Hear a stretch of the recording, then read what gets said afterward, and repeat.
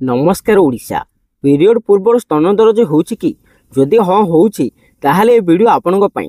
Period हेबार किछि दिन पूर्व अनेक महिलांक ठारे स्तन दरज भली समस्या देखा देई थाए। प्रति मासरे एपरि होई थाए एवं पीरियड सरिबा परे एही समस्या भलो होई जाय। तेबे एहाकु नै अनेकंक मनरे प्रश्न थाए किंतु लाजरे केही कुहंती नै किंबा डॉक्टर देखांती नाही। तेबे पीरियड पूर्व अधिकांश महिला स्तन कहीं दरज होता है आमे आज आपको कहबू। पीरियड पूर्व स्तन दरज होगा एक साधारण कथा।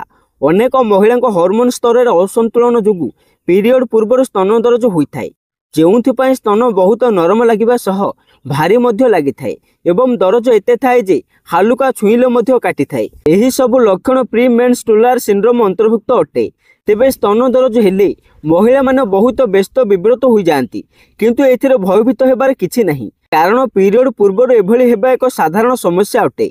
एपरि हेबार कारण होछि मासिक चक्र परे जेतेबेले गर्भाशय अंडा फाटी थाए सेही समय शरीर रे हार्मोन असंतुलता बढ़ी थाए। हार्मोन कम और बेसी हेबा कारणरू तरल पदार्थ जमा होई रुहे। एही कारण स्तन टाण लागिबा सह दरज मध्ये होई थाए। किंतु पुनर्बार कहि रखुछु ए सब संपूर्ण नॉर्मल कथा अटे। पीरियड शेष हेबा सह ए सब मध्ये धीरे धीरे भलो होई थाए। तेबे पीरियड पूर्व स्तन दरज भली समस्या मुक्ति पाइबा पई आपनको निज डाइट ठीक रखिबाकू हेबो। अत्यधिक मीठा लुणिया और कैफीन युक्त खाद्य जेते संभव कम खांतु, काहेकि ना ए सब खाद्य द्वारा शरीर रे जलभाग बढ़ी थाए। शरीर रे जेते जल जमा हेबो सेते अधिक स्तन दरज इन्फ्लेमेशन और फुलिबा भली समस्या बढ़िबो। केवल सेतिक नुहे बरम नियमित व्यायाम करंतु, जंक फूड खांतु नहीं। निज खाद्य फैट्स और कार्ब्स युक्त खाद्यर परिमाण कमाई दियंतु।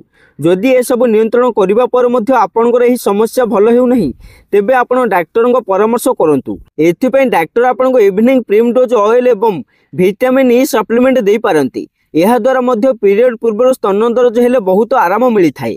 एथिरे भी स्तन दरज भले हो नथिले डाक्टर आपनको हार्मोन सप्लीमेंट दे पारंती, किंतु जे कोनोसी मेडिसिन खाइबा पूर्वरु आपण डाक्टर को परामर्श नेबा निहाती आवश्यक। आपण मानकु जदि मो वीडियोटी भलो लागिछि ताहाले वीडियो को गोटे लाइक, चैनल को सब्सक्राइब कर दियंतु।